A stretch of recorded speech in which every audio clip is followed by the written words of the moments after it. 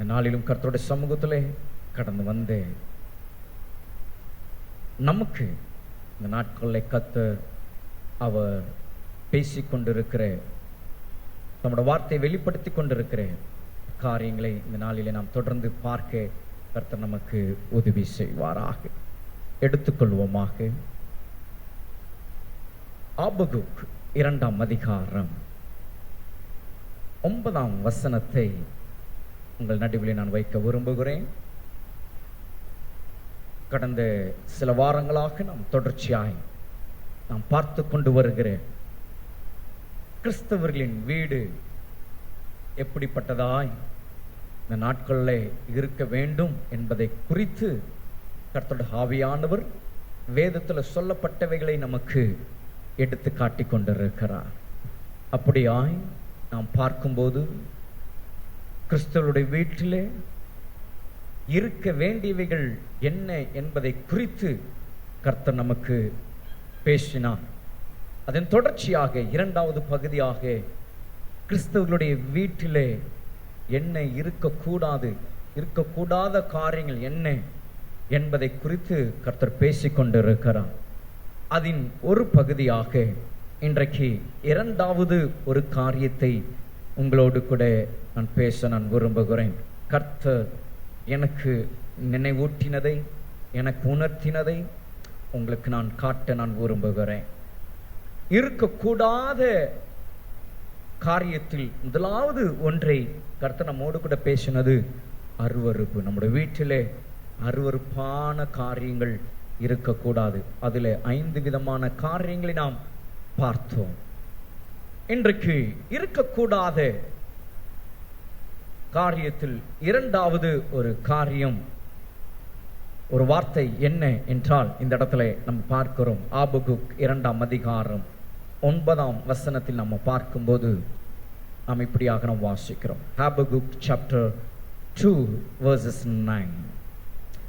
தீமையின் வல்லமைக்கு தப்ப வேண்டும் என்று தன் கூட்டை உயரத்திலே வைக்கும்படிக்கு தன் வீட்டுக்கு பொல்லாத ஆதாயத்தை தேடுகிறவனுக்கு ஐயோ என்று இங்கே வேதம் சொல்லுகிறது. தீமையின் வல்லமைக்கு தப்ப வேண்டும் என்று தன் கூட்டை உயரத்தில் வைக்கும்படிக்கு தன் வீட்டுக்கு பொல்லாத ஆதாயத்தை தேடுகிறவனுக்கு ஐயோ. கிறிஸ்தவர்களுடைய வீட்டில் இருக்கக்கூடாத 2வது ஒரு காரியம் என்னன்னா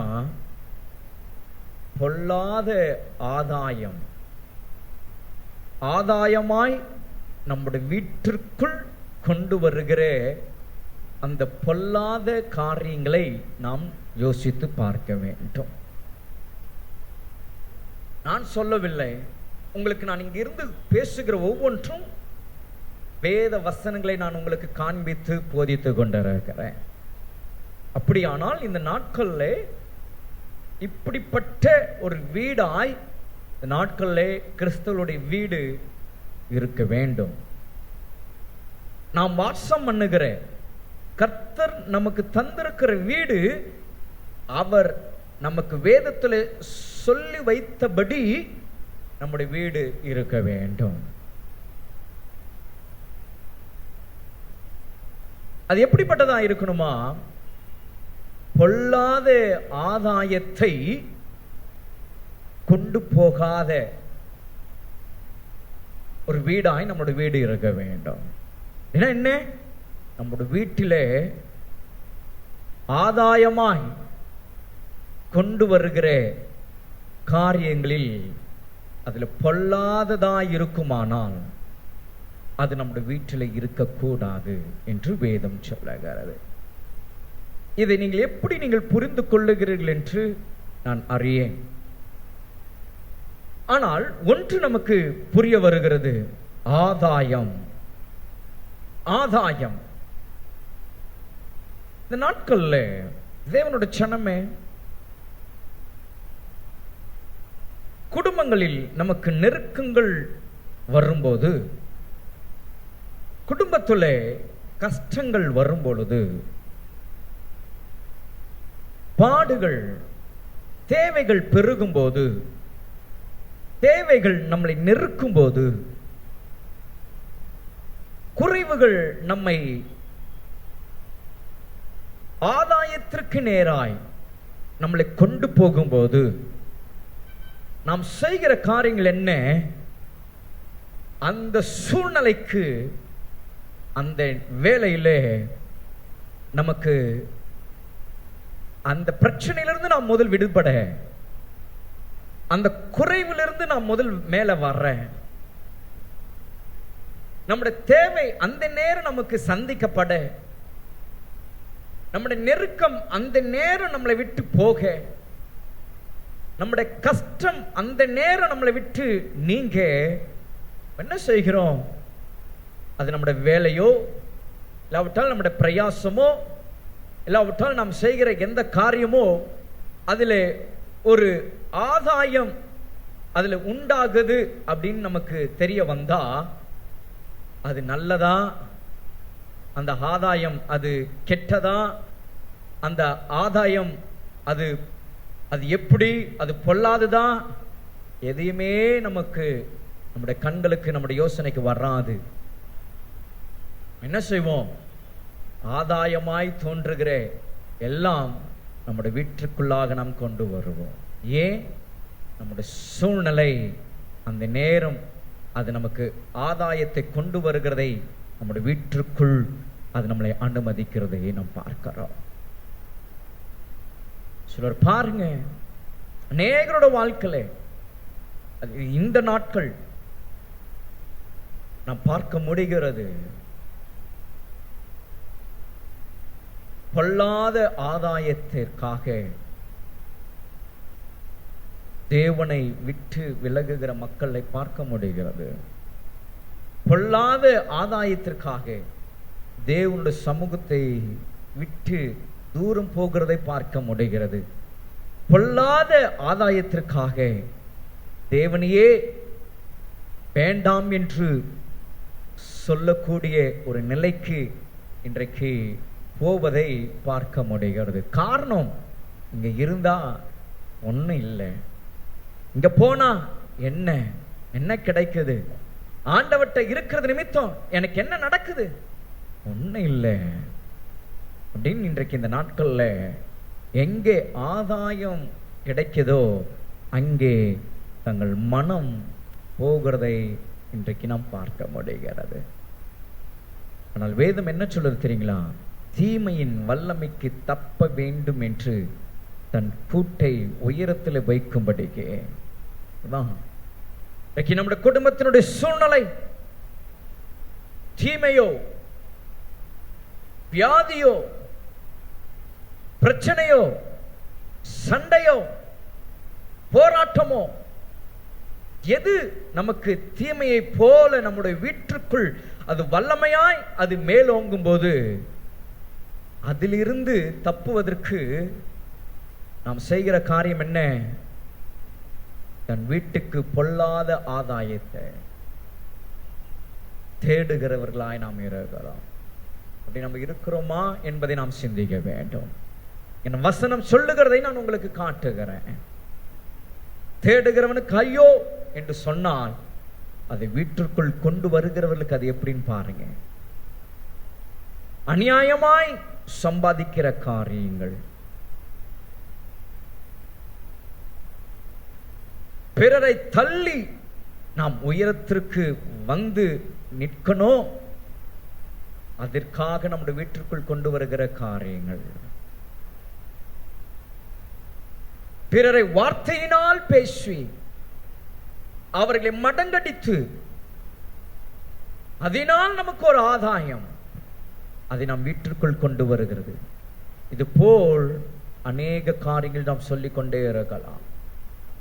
நம்முடைய வீட்டிற்குள்ளாக தீமை அது வல்லமை அது அதிகரிக்கும் போது அதிலிருந்து தப்பிக்க, அதிலிருந்து நம்முடைய வீட்டை காக்க நாம் பொல்லாத ஆதாயத்தை நம் வீட்டிற்குள் கொண்டு வருவோமானால் நாம் யோசித்து பார்க்க வேண்டும். நம்முடைய வாழ்க்கை நம்முடைய குடும்பம் எப்படி இருக்கு அப்படின்னு நம்ம யோசிச்சு பார்க்கணும்.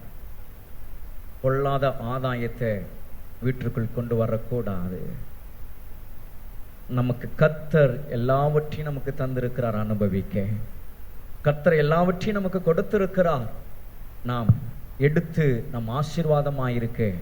அப்படி இருக்கும்போது பொல்லாத ஆதாயத்தை நம்முடைய வீட்டிற்குள் நாம் கொண்டு வரக்கூடாது. வேதத்தில் நீங்கள் வாசித்து பார்ப்பீர்களானால் மார்க்கு சுவிசேஷம் 7ஆம் அதிகாரம் 23ஆம் வசனத்தை நீங்கள் வாசிக்கும் போது அங்க வேதம் சொல்லுகிறது பாருங்க. பொல்லாங்கானவைகளை இவையெல்லாம் உள்ளத்திலிருந்து புறப்பட்டு மனுஷனை தீட்டுப்படுத்துதான். அப்போ ஒரு பொல்லாத ஆதாயத்தை நம் வீட்டிற்குள் கொண்டு வருகிறோம்னா நீங்கள் தெரிந்து கொள்ள வேண்டும், அது தீட்டுப்படுத்துகிற ஒன்று என்றே நாம் மறந்து போகக்கூடாது.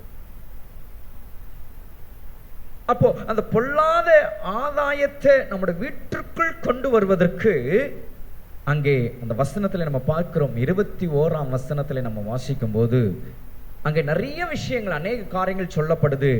அதுல ஒன்று எப்படி எனில், மனுஷருடைய இருதயத்திற்குள் இருந்து பொல்லாத சிந்தனை. அங்க நிறைய சொல்லி இருந்தாலும் ஒன்றை நான் உங்களுக்கு எடுத்து காட்டுகிறேன். மனுஷருடைய இருதயத்திற்குள் இருந்து பொல்லாத சிந்தனை. இந்த பொல்லாத சிந்தனை தான், நம்ம சிந்திக்கிற அந்த சிந்தனை தான் அது என்ன செய்யுது, நமக்கு எங்கே ஆதாயம் கிடைச்சாலும் அது ஒரு பொல்லாத இடத்தில் இருந்து பொல்லாங்காய் அது நம்மளுக்கு ஆபத்தை வரவிக்கக்கூடியதாக, அது நம்மளை தீட்டுப்படுத்தக்கூடியதாக, நம்மளை அசுத்தப்படுத்தக்கூடியதாக, அது நம்மளை பாவத்திற்குட்படுத்தக்கூடியதாக இருந்தாலும் அதை நாம் பொருட்படுத்தாமல், அதை நாம் மனதிலே நினைக்காம இருதயத்திலே சிந்திக்கிற அந்த பொல்லாத அந்த சிந்தனை நிமித்தமாக பொல்லாத ஆதாயத்தை நம்ம வீட்டிற்குள் கொண்டு வருகிறோம். பொல்லாத ஆதாயம் நேரங்கள் கர்த்தருடைய சமூகத்தையே அது விட்டு அந்த ஆதாயத்தை தேடி போகிற மக்களை நம்ம பார்க்க முடியும். கர்த்தர் அவளுக்கு நல்ல வேலைகள், நல்ல வருமானங்களை கர்த்தர் கொடுத்திருப்பார். ஆனால் அந்த ஞாயிற்றுக்கிழமை அந்த 2 மணி நேரம் கர்த்தருடைய சமூகம், ஆனா அந்த 2 மணி நேரம் அவருடைய சமூகத்துல வர சில காரியங்கள் தடைப்படுத்தும். அந்த 2 மணி நேரத்துல ஒரு காரியத்தை, அந்த காரியத்திற்கு நேராய் போனா அதுல ஒரு ஆதாயம் கிடைக்கும் சொல்லி இன்றைக்கு ஆண்டோட சமூகத்தை விட்டு எப்ப வேணாலும் ஆண்டவர்கிட்ட போகலாம், எப்ப வேணாலும் ஆலயத்திற்கு போகலாம், தங்களோட மனதை அப்படி செலுத்தி என்ன செய்யறாங்க, இந்த நாட்கள்ல ஆண்டோட சமூகத்தை விட்டு அந்த ஆதாயத்திற்காக போகிறத நம்ம பார்க்கிறோம். அப்படி அவளுக்கு வருகிற அந்த ஆதாயம் அது ஆசீர்வாதம் இல்லையா. வேதம் என்ன சொல்லுதுன்னா அது தீட்டுப்படுத்துது, மனுஷனை அது பாவத்திற்கு நேராய் கொண்டு போகிறது. வேதத்தில் நீங்கள் வாசித்து பார்க்கும்போது 1 பேதுரு 4ஆம் அதிகாரம் 15ஆம் வசனத்தை நீங்கள் வாசிப்பீர்களானால் அங்க வேதம் என்ன சொல்லுது பாருங்க. 1 Peter chapter 4 verses 15 says, 1 பேதுரு 4:15 இப்படி வாசிக்கிறோம், ஆதலால் உங்களில் ஒருவனும் கொலைபாதகனாவது, திருடனையாவது, பொல்லாங்கு செய்தனவாவது, அந்நிய காரியங்களில் தலையிட்டு கொண்டனையாவது பாடுபடுகிறவனாய் இருக்கக்கூடாது. இடத்துல பாருங்க, இந்த வார்த்தை நம்ம கவனிக்கிறோம்.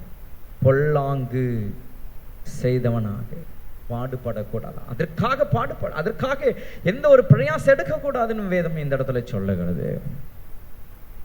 பொல்லாங்கு செய்தவனாவது, பாடுபடுகிறவனாய் இருக்கக்கூடாது. இன்றைக்கு இந்த பொல்லாத ஆதாயத்திற்காக இன்றைக்கு மக்கள் படுகிற அந்த பாடுபடுகிறாரதை பார்க்கும்போது, இதை எனக்கு செஞ்சா இது எனக்கு குடும்பத்திற்கு நன்மையா இருக்குங்க, இந்த ஒரு கொஞ்ச நேரம் நான் செய்கிற காரியம், கொஞ்ச நேரம் நான் பார்க்கிற காரியம், நான் கொஞ்ச நேரம் இருக்கிற காரியம், அது என்னோட வீட்டிற்கு, என் குடும்பத்திற்கு அது ஆசீர்வாதம். அப்படி நீங்க நினைக்கிறீங்க. ஆனால் அது பொல்லாத ஒரு ஆதாயமாய் அது இருக்குமானால், தேவனுடைய சின்னமே, அதுக்காக நீங்கள் பாடுபடுகிறவர்களாய் நீங்கள் இருப்பீங்கன்னா, வசனம் சொல்லுது கூடாது. அப்படி கூடாது. கர்த்தர் உங்களுக்கு தந்திருக்கிற ஆசீர்வாதத்தை எப்பொழுது நீங்கள் என்ன செய்யுங்க, கொஞ்சமோ அது நிறைவோ, கர்த்தர் உண்மையாய் உழைக்கிற, உண்மையாய் பாடுபடுகிற உங்களோட வாழ்க்கையை கர்த்தர் உங்களுக்கு தருகிறதை அவருக்கு நேராக, பிதாவுக்கு நேராக நீங்கள் அதை ஏறெடுத்து பாருங்க. உங்களுக்கு கிடைக்கிறதை முதலாவது அவருக்கு நேராக கொண்டு வந்து அதை ஆசீர்வதியும் என்று நீங்கள் கேட்டு பாருங்க. அவர் ஆசீர்வதிக்கும் போது அது உங்களுக்கு பெருக பண்ணுகிறதாய் மாறும். அது பெருகுகிறதை நீங்கள் பார்க்க முடியும். அதற்கு உதாரணம் தான் ஆண்டவர் இந்த பூமியில வாழ்ந்த போது அது நம்மளுக்கு செய்து காண்பித்து போயிருக்காரா. 5 அப்பங்கள் 2 மீன்களை வாங்கி அதை பிதாவுக்கு நேராக அதை உயர்த்தி அந்த கொஞ்சத்தை ஆசீர்வதியும் தான் கேட்டார். வேற ஒண்ணுமே அவர் கேட்கல. Lord, you bless. Father, you bless. அவ்வளவுதான். ஒரே வார்த்தையிலே என் அப்பன் இயேசு தன்னிடத்தில் இருந்ததை பிதாவுக்கு நேராக கொண்டு போனார். பிதாவே ஆசீர்வதியும் என்று சொன்னார். பிதா அதை ஆசீர்வதித்தார். திரளான ஜனங்கள் அதை உண்டார்கள். மீதியான கூடை அது திரும்ப எடுத்தார்கள் என்று பார்த்தார். ஏன் உங்கள் வாழ்க்கையில இன்றைக்கு இந்த நாட்களில் நீங்கள் செய்கிற காரியங்களே, உங்களுக்கு கிடைக்கிற ஆசீர்வாதங்களே கர்த்தர் உங்களை ஆசீர்வதிக்காமல் போவாரா? அதையும் தாண்டி கர்த்தரை விட்டு, கர்த்தருடைய சமூகத்தை விட்டு விலகி ஆண்டோட அன்பை விட்டு தூரம் போகக்கூடிய பொல்லாத ஆதாயங்களை கொண்டு வந்து வீட்டிலே சேர்ப்பதினால் நமக்கு எந்த ஒரு பிரயோஜனமும் ஆசீர்வாதமும் கிடையாது. அப்படி பாடுபடுகிறது கூடாது என்று வேதம் சொல்லுகிறது. கூடாது. கர்த்தருடைய நாமத்திற்கு மகிமை உண்டாவதாக.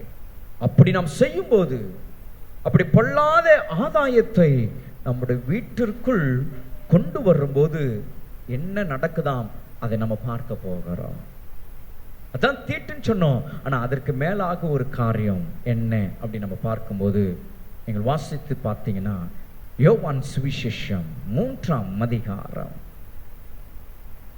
20ஆம் வசனத்தை நீங்கள் பார்க்கும்போது, John's Gospel chapter 3 verses 20 says like this. அப்படியாய் நம்ம பார்க்கிறோம். பொல்லாங்கு செய்கிற எவனும், நீங்க புரிந்து கொள்ளணும் அந்த வார்த்தையை, பொல்லாத ஆதாயத்திற்காக செய்கிற எவனும் ஒளியை பகைக்கிறான், தன் கிரியைகள் கண்டிக்காதபடிக்கு ஒளியினிடத்தில் வராதிருக்கிறான் என்று வேதம் சொல்லுகிறது. பொல்லாத ஆதாயத்தை நாம் ஆதாயப்படுத்துவதற்கு நாம் ஒரு காரியத்தை நாம் செய்யும் போது ஒன்றை நாம் அறிந்து கொள்ள வேண்டும், ஒளியை பகைக்கிறோம் என்று. ஒளி என்று இந்த இடத்துல சொல்ல வருகிறது யாரை? நம் ஆண்டவராகிய இயேசு கிறிஸ்துவை, நம் அப்பன் இயேசுவை இந்த இடத்துல பிரதிபலிக்கிறது. மேலே உள்ள அந்த வசனத்தை நீங்கள் வாசித்து பார்க்கும்போது 19ஆம் வசனத்தை நீங்கள் பார்ப்பீங்கன்னா அங்க வேதம் சொல்லுகிறது பாருங்க, ஒளியானது உலகத்திலே வந்திருந்தும், என் அப்பன் இயேசு உலகத்தில் வந்திருந்தும் மனுஷனுடைய கிரியைகள் பொல்லாதவைகளாய் இருக்கிறபடியினால், பொல்லாதவைகளாய் இருக்கிறபடியினால் அவர்கள் ஒளியை பார்க்கிலும் இருளை விரும்புகிறதே அந்த ஆக்கினை தீர்ப்புக்கு காரணமாயிருக்கு. பொல்லாத ஆதாயத்தை நாம் தேடி, பொல்லாத ஆதாயத்தை நம்முடைய வீட்டிற்குள் நாம் கொண்டு வந்தோம்னா வேதம் சொல்லுகிறது அது ஆக்கினைக்கு அது கொண்டு போகுதுன்னு சொல்லி. நாம் ஆக்கினைக்காக நாம் அழைக்கப்படவில்லை. உங்களையும் என்னையும் தேவனாகிய கர்த்தர் ஆக்கினைக்கு போவதற்காக அவர் நம்மளை பேர் சொல்லி அழைக்கவில்லை. அவர் உங்களையும் என்னையும் அழைத்து இன்றைக்கு அவருடைய சமூகத்திலே அவருடைய ஜனமாய் கர்த்தர் நம்மளை வைத்திருக்கிறார்னா அந்த நித்திய ஜீவனை அடையும்படிக்கு, அவரோடு கூட இருக்கும்படிக்கு. அப்படியானால் நீங்கள் சிந்தித்து பாருங்க, உங்களோட வாழ்க்கையில இந்த நாட்கள் எப்படிப்பட்டதாக இருக்கு. பொல்லாத ஆதாயத்தை நம்முடைய வீட்டிற்குள் நாம் கொண்டு வரக்கூடாது. அதற்காக நீங்கள் எடுக்கிற பிரயாசங்கள் அதில் நீங்கள் கவனமுள்ளவர்களாய் இருக்க வேண்டும். சில காரியங்கள் நம்முடைய குறைவுகளை நம்ம சரி செஞ்சிட்டாலே ஆசீர்வாதங்கள் தானாய் நம்முடைய வீட்டிலே, நம்முடைய வேலையிலே, நம்முடைய குடும்பத்திலே வந்து விடுங்க. இதைதான் நம்ம அறிந்து கொள்ள வேண்டும்.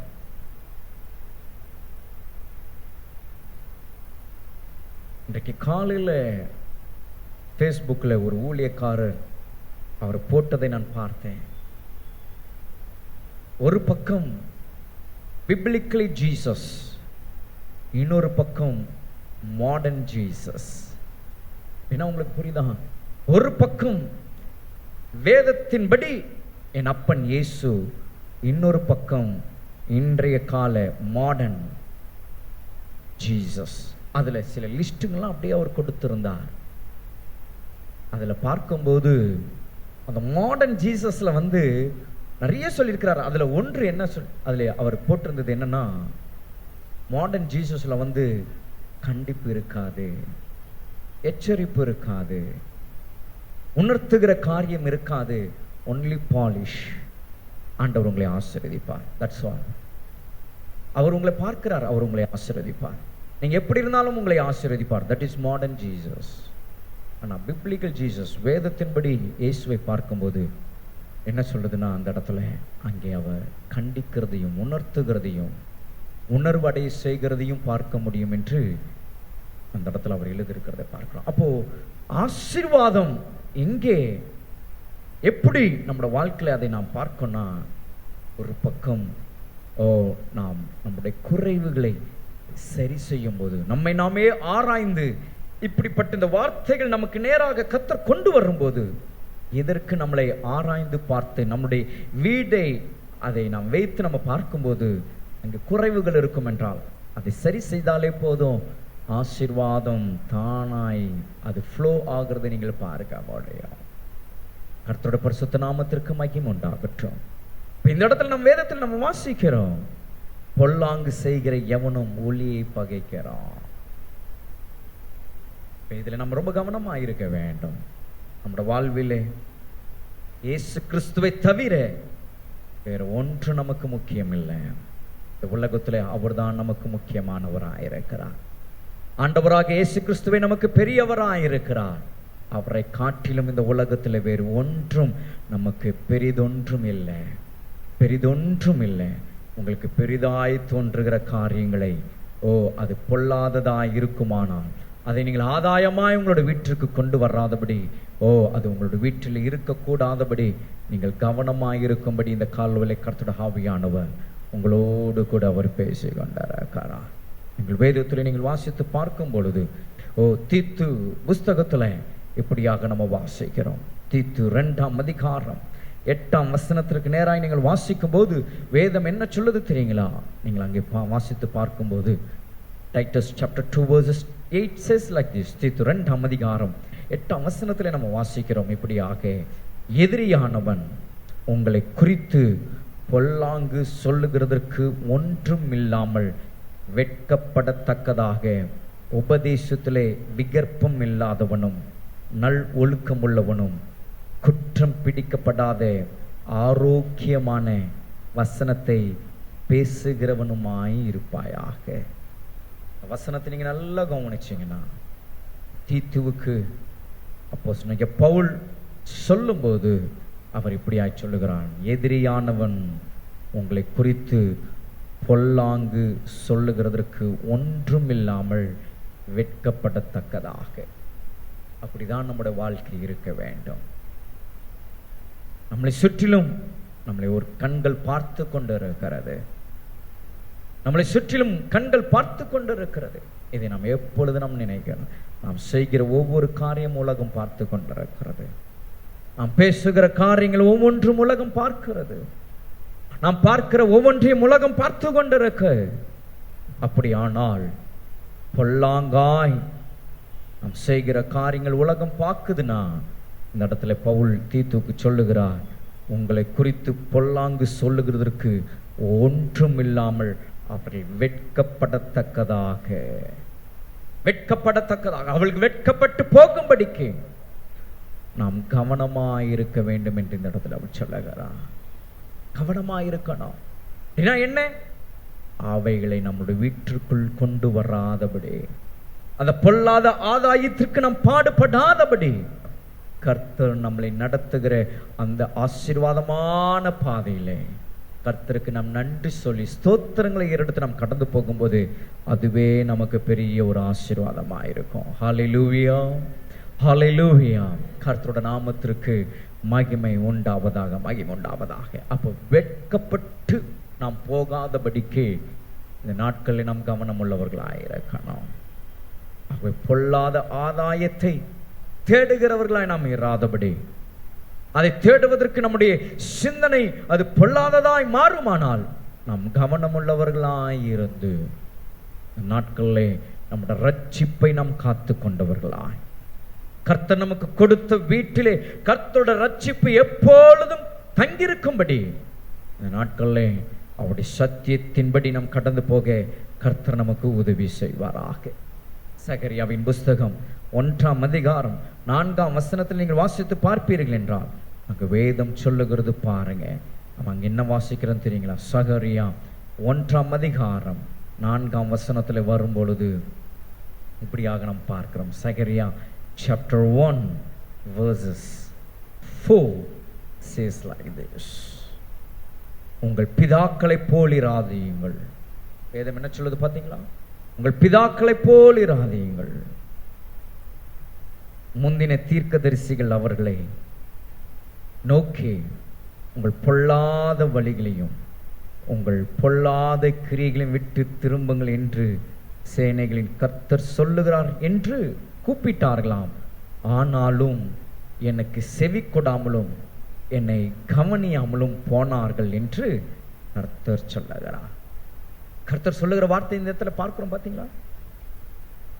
சகரியா சொல்லலைங்க, சகரியாவை கொண்டு கர்த்தர் சொல்லுகிற வார்த்தை உங்கள் பிதாக்களை போல் இராதீங்கள். இன்றைக்கு நம்ம யாரை போல இருக்கக்கூடாதா? கவனமாயிருங்க. உங்கள் பிதாக்களை போல் இராதீங்க. முந்தின தீர்க்கதரிசிகள் அவர்களை நோக்கி அவங்களிடத்துல சொல்லியிருக்கிறாங்க. என்ன சொல்லியிருக்கிறாங்க? உங்கள் பொல்லாத வழிகளையும் உங்களோட பொல்லாத கிரியைகளையும் விட்டு திரும்புங்கள் சொல்லியிருக்கிறாங்க. கர்த்தர் சொல்லுகிறார் என்று சொல்லியிருக்கிறாங்க, கூட்டிருக்கிறாங்க. ஆனால் அவர்களோ செவி கொடுக்கல, அதை கவனிக்கல. இன்றைக்கு நாம் என்ன செய்ய போகிறோம்?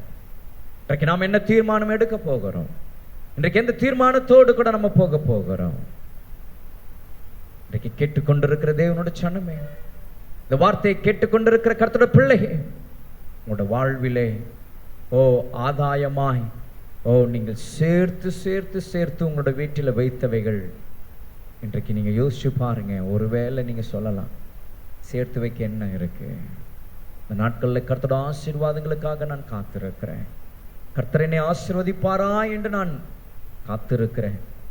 எந்த விதத்திலேயாவது கர்த்தர் என்னை ஆசீர்வதிப்பாரா, அவரையே நான் நம்பி இருக்கிறேன், அவரை மாத்திரமே நான் பற்றி கொண்டிருக்கிறேன்.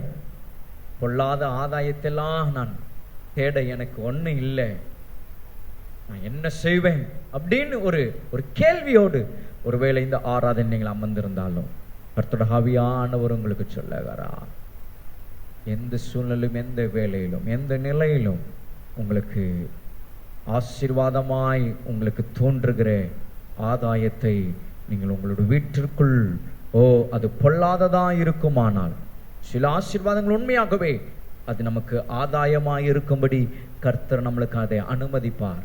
ஆனால் அதை நாம் என்ன செய்ய வேண்டும்? இது பொல்லாததா இல்லாவிட்டால் இது நமக்கு ஆசீர்வாதமானதா என்பதை ஆராய்ந்து பார்த்து பொல்லாத ஆதாயத்தை நாம் நம்முடைய வீட்டிற்குள் கொண்டு வராதபடிக்கு நீங்கள் கவனமாக இருந்து பாருங்க. இவ்வளவு நாட்கள் நீங்கள் பொறுமையாக இருந்துட்டீங்க, இவ்வளவு நாட்கள் நீங்கள் அவரையே சார்ந்து இருந்துட்டீங்க, இவ்வளவு நாள் நீங்கள் இதுவரையில் நீங்கள் அவரையே பற்றி கொண்டுட்டீங்க. உங்களோட விசுவாசத்தை விட்டுறாதீங்க, உங்களோட நம்பிக்கை தளர விடாதீங்க. இதுவரையிலும் பொறுமையோடு கூட காத்திருந்த உங்கள் வாழ்க்கையிலே கர்த்தர் உங்களை ஆசீர்வதிக்க ஒரு உண்மையுள்ளவராக இருக்கிறார். உங்களுக்கு வேண்டிய ஆதாயத்தை நீங்கள் சுகமாயிருக்க, நீங்கள் சுபிட்சமாயிருக்க, நீங்கள் நிறைவாயிருக்கக்கூடிய ஆதாயத்தை தேவன் உங்களுக்கு கொடுக்க அவர் வல்லவராக இருக்கிறார், நல்லவராக இருக்கிறார். ஆக பிரியமானவர்களே, இந்த கால வேளையிலே தேவனுடைய சமூகத்திலே நாம் நம்மை ஆராய்ந்து பார்க்க வேண்டும். அது என்னன்னா, பொல்லாத ஆதாயத்தை நாம் நம்முடைய வீட்டிலே கொண்டு வரக்கூடாது. அதை தான் இந்த இடத்துல யோபு சொல்லும்போது மிக அழகா சொல்லுகிறார். என்ன சொல்றார் தெரியுங்களா? யோபு 28ஆம் அதிகாரம் 28ஆம் வசனத்தில் நீங்கள் வாசிக்கும் போது அங்கு வேதம் சொல்லுகிறது, மனுஷனை நோக்கி யோபு சொல்லுகிறார். என்ன சொல்றார் பாருங்க, இதோ ஆண்டவருக்கு பயப்படுவதே ஞானம், பொல்லாப்பை விட்டு விலகுவதே புத்தி என்றார் என்று சொன்னான். பொல்லாப்பை விட்டு விலகுவதே என்னவாம்? புத்தி. பொல்லாப்பை விட்டு விலகுவதே புத்தி. இன்றைக்கு நாம் கவனமாயிருந்து கர்த்தர் நமக்கு தந்திருக்கிற வீட்டை கர்த்தருடைய ஆசீர்வாதத்திற்கு நேராக நாம் நடத்த வேண்டும். கர்த்தருடைய ஆசீர்வாதத்திற்கு நேராக நடத்த வேண்டும். அப்படி நாம் நடத்தும் போது கர்த்தர் நம்மை நடத்த அவர் உண்மையுள்ளவராக இருக்கிறார். மூன்றாவது ஒரு காரியத்தை குறித்து நம்ம பார்க்க போகிறோம். நம்முடைய வீட்டிலே இருக்கக்கூடாதவைகள் என்ன, எதை இருக்கக்கூடாதுன்னு கர்த்தர் சொல்லுகிறார் என்று நம்ம பார்க்கும்போது, கர்த்தருடைய நாமத்திற்கு மகிமை உண்டாகட்டும். நீங்கள் வேதத்தில் நீங்கள் வாசித்து பாருங்கள். மத்தேயு சுவிசேஷம் 9ஆம் அதிகாரம் 23ஆம் வசனத்தை நீங்கள் வாசிக்கும் போது அங்கே நாம் வேதத்தில் இப்படி ஆகி பார்க்கிறோம். 9ஆம் அதிகாரம் 23ஆம் வசனம். இயேசுவானவர் தலைவனுடைய வீட்டிலே வந்து தாரை ஊதுகிறவர்களையும் இறைகிற ஜனங்களையும் கண்டு விலகுங்கள் என்றாராம். ஒரு காரியத்தை நம்ம பார்க்கிறோம். கிறிஸ்துவனுடைய வீடு என்று சொல்லும்போது அந்த வீட்டிலே இருக்கக்கூடாத மூன்றாவது ஒரு காரியம் என்ன அப்படின்னா, தாரை ஊதுகிறவர்களையும் இறைகிற ஜனங்களையும் கண்டு. அல்ல, அந்த ஒரு வார்த்தையை நீங்கள் கவனித்து பாருங்க. இறைகிற ஜனங்கள். அந்த இடத்துல மத்தேயு இப்படியாக அவர் எழுதுகிறார், இறைகிற ஜனங்கள். அவர்களை ஆண்டவர் கண்டு என்ன சொல்லுகிறார்? முதல்ல விலகுங்கள், விலகி போங்கன்னு சொல்றார். அப்படின்னா என்ன அர்த்தம்? அப்படிப்பட்ட காரியம் நம்முடைய வீட்டில் இருக்கக்கூடாது. அப்படின்னா இறைகிற அந்த வார்த்தை என்ன, அது எப்படி நாம் அறிந்து கொள்ள முடியும்? மார்க்கு அழகாய் அதை தெளிவாய் சொல்லி இருக்கிறார். எங்கள் மார்க்கு சுவிசேஷம் 5ஆம் அதிகாரம் 38ஆம் வசனத்தை நீங்கள் வாசித்து பார்க்கும்போது அங்கே இறைகிற ஜனங்கள் என்ன, எப்படிப்பட்டவர்கள் என்று அந்த இடத்துல அவர் காண்பிக்கிறார். நீங்க அந்த இடத்துல வாசித்து பாருங்க. Mark's gospel chapter 5 verses 38. அந்த இடத்துல நம்ம வாசிக்கிறோம். ஜெப ஆலய தலைவனுடைய வீட்டிலே வந்து சந்தடியையும் மிகவும் அழுது புலம்புகிறவர்களையும் கண்டு. தாரை ஊதுகிறதற்கு அந்த இடத்துல வசனம் சொல்லுது சந்தடின்னு. ஆனா அடுத்தது இறைகிற ஜனங்கள். இங்க வேதம் நமக்கு அதை தெளிவாய் சொல்லுது. என்னவாம்? மிகவும் அழுது புலம்புகிறவர்கள். இது கிறிஸ்துவோட வீட்டில் இருக்கக்கூடாது. சில வீடுகள்ல எப்பவுமே அழுது புலம்புகிற வீடுகள்லாம் இருக்கு. எப்பவுமே அழுதுகிட்டு இருக்கிற குடும்பம், எப்பவுமே புலம்பிக்கிட்டு இருக்கிற குடும்பம். இன்றைக்கு நம்முடைய வீடு அப்படி இருக்கா?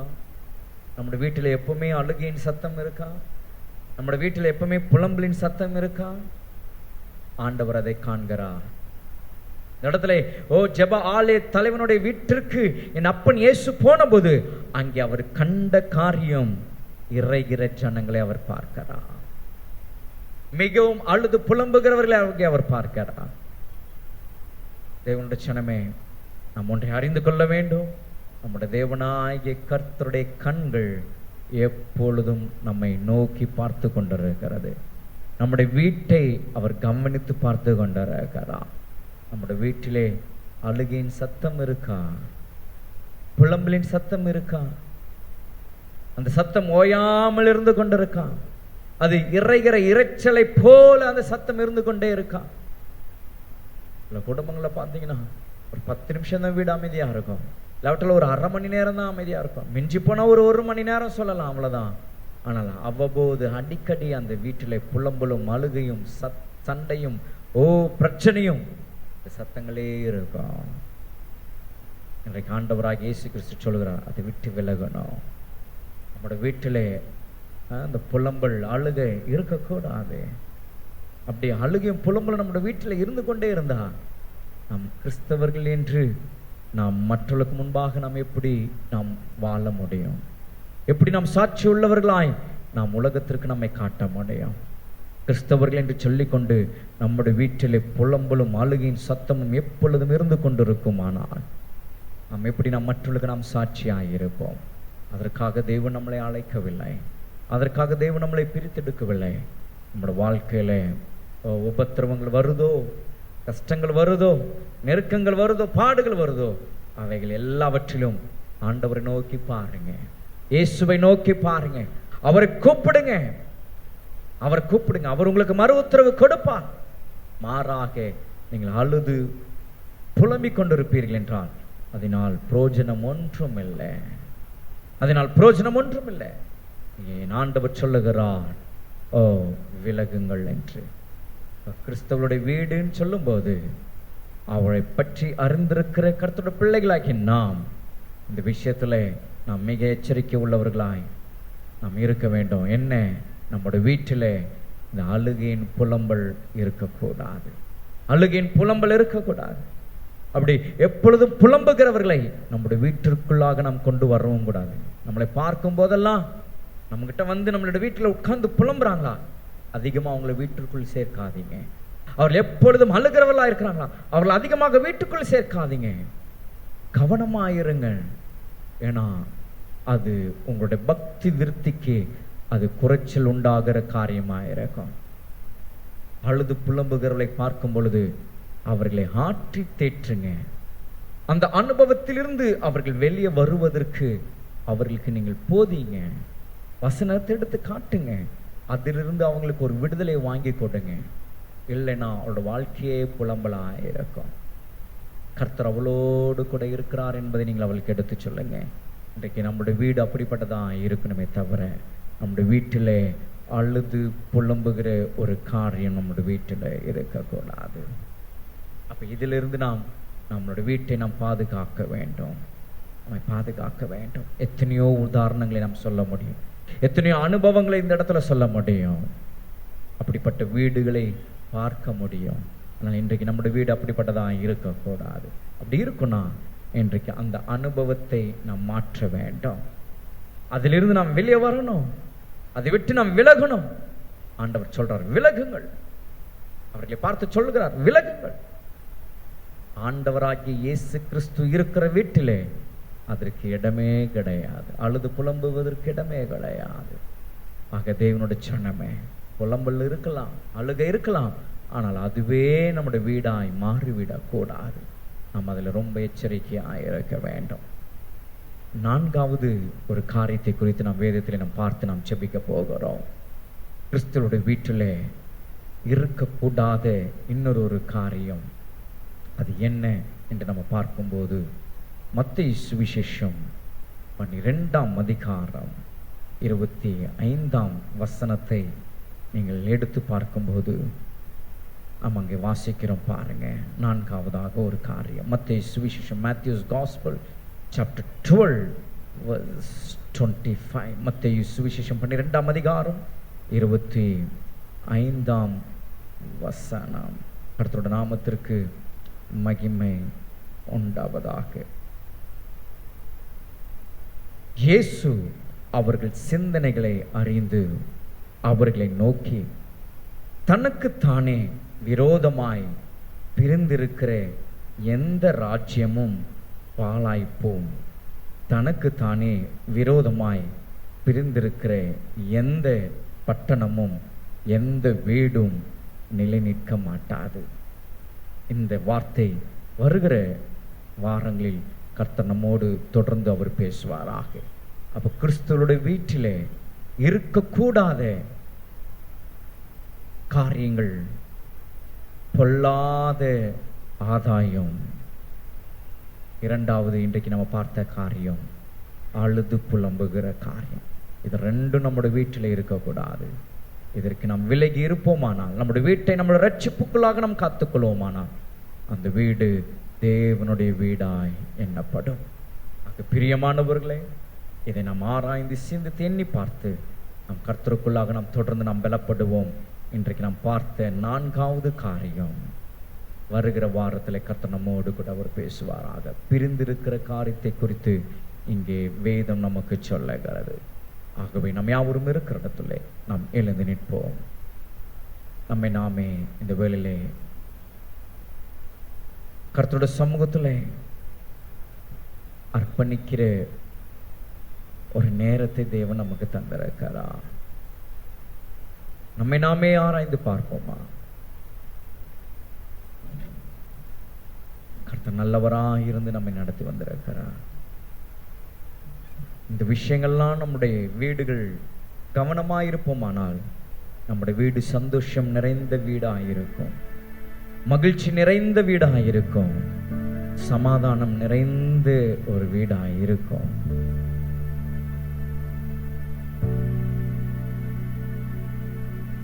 ஆசீர்வாதத்திற்கு தடை வேற எதுவும் இல்லை. ஆசீர்வாதம் இன்னும் நமக்கு வராமல் இருக்கா?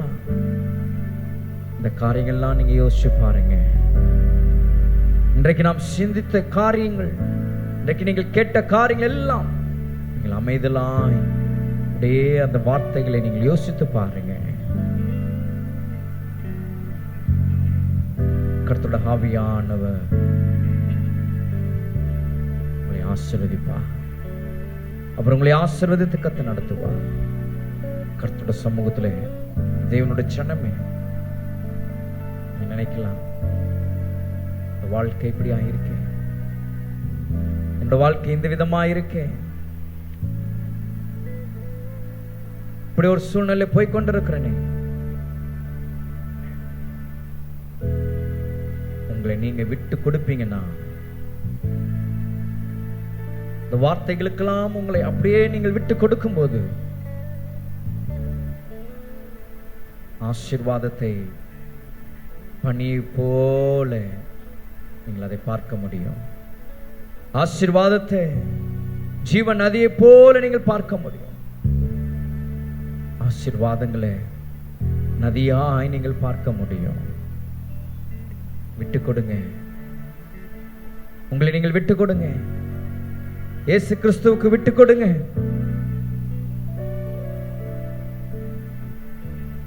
சுயமாய் எதையும் உங்களோட வாழ்விலே ஆளுகை செய்ய இடம் கொடுக்காதீங்க. கர்த்தருடைய பிள்ளைகள் மாம்ச வாழ்க்கையில எல்லாவற்றையும் நாம் அனுபவிக்க கர்த்தர் நமக்கு அந்த அதிகாரத்தை நமக்கு தந்திருக்கிறார்.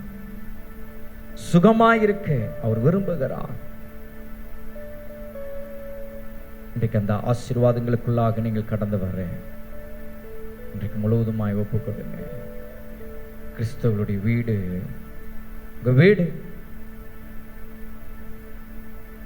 எப்படி இருக்கு? இருக்கக்கூடாதுன்னு நம்ம பார்க்கிற காரியங்கள்லாம் ஒருவேளை நம்மளோட வீட்டில் இருக்கும்னா, இந்த வேளையில அது முற்றிலும் அகற்றுங்க, முற்றிலும் அதை விலக்குங்க.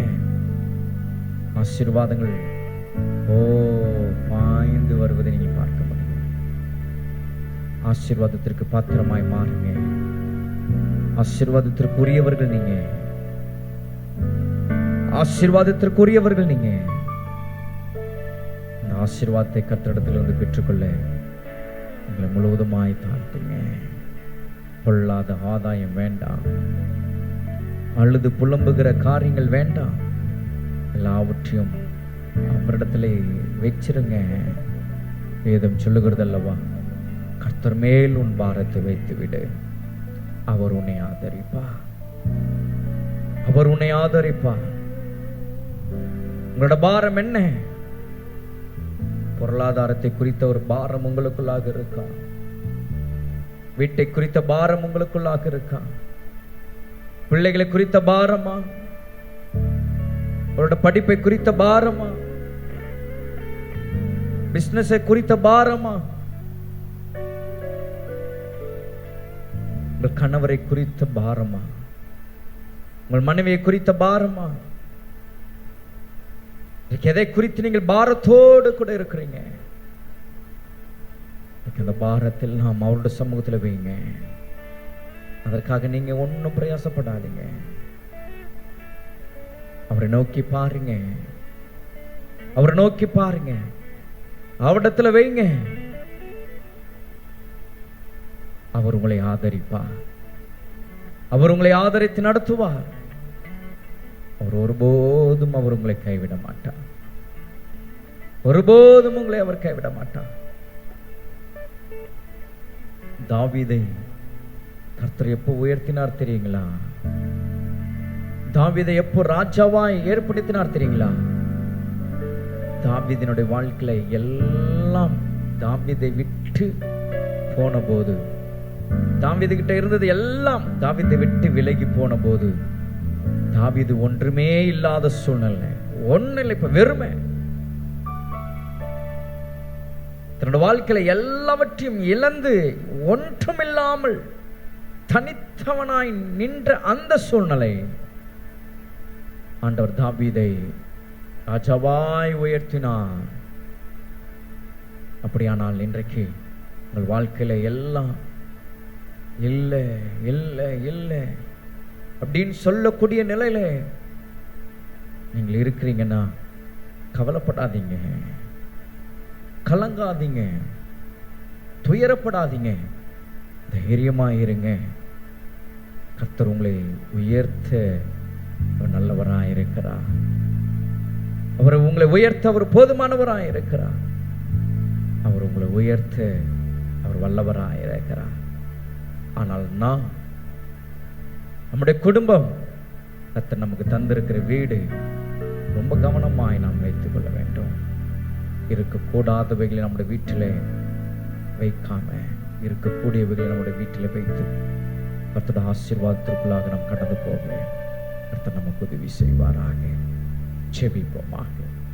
அவருடைய சமூகத்தில் ஆராதனையிலே கர்த்தருடைய பாதத்திலே கடந்து வந்த தேவனுடைய ஜனமே, கர்த்தரை பாடி கர்த்தருடைய நாமத்தை மகிமைப்படுத்தி கர்த்தருடைய வார்த்தைகளை கேட்டு உங்களை ஒவ்வொருவரையும் கர்த்தர் ஆசீர்வதிப்பாராக, ஒவ்வொருவரையும் கர்த்தர் ஆசீர்வதிப்பாராக. நீங்கள் சமாதானத்தோடு கூட நீங்கள் கடந்து போக கர்த்தருடைய ஆவியானவர் உங்களோடு கூட கடந்து வருவாராக.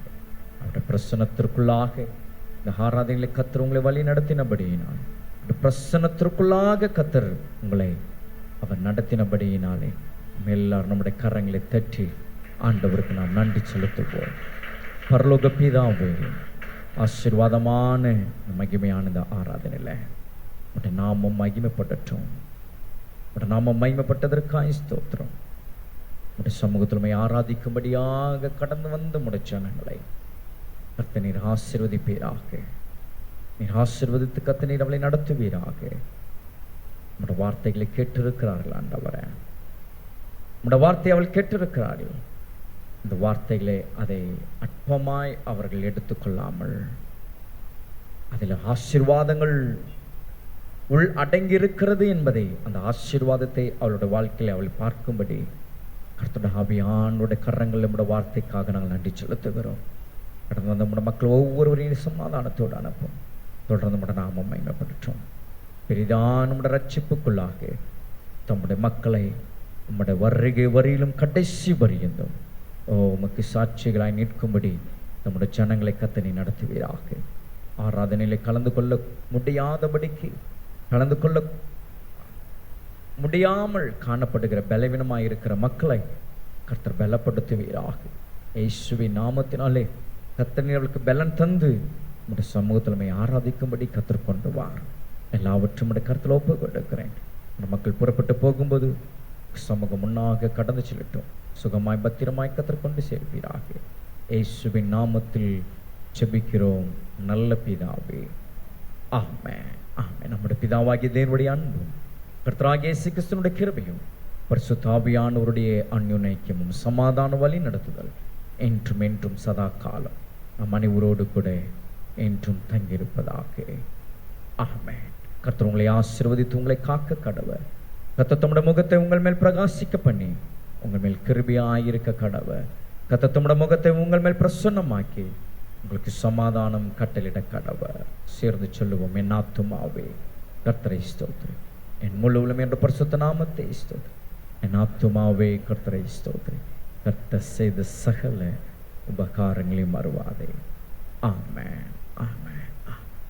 கர்த்தர் ஒவ்வொருவரையும் ஆசீர்வதிப்பாராக. உங்கள் ஒவ்வொருவருக்கும் ஷலோம். God bless you.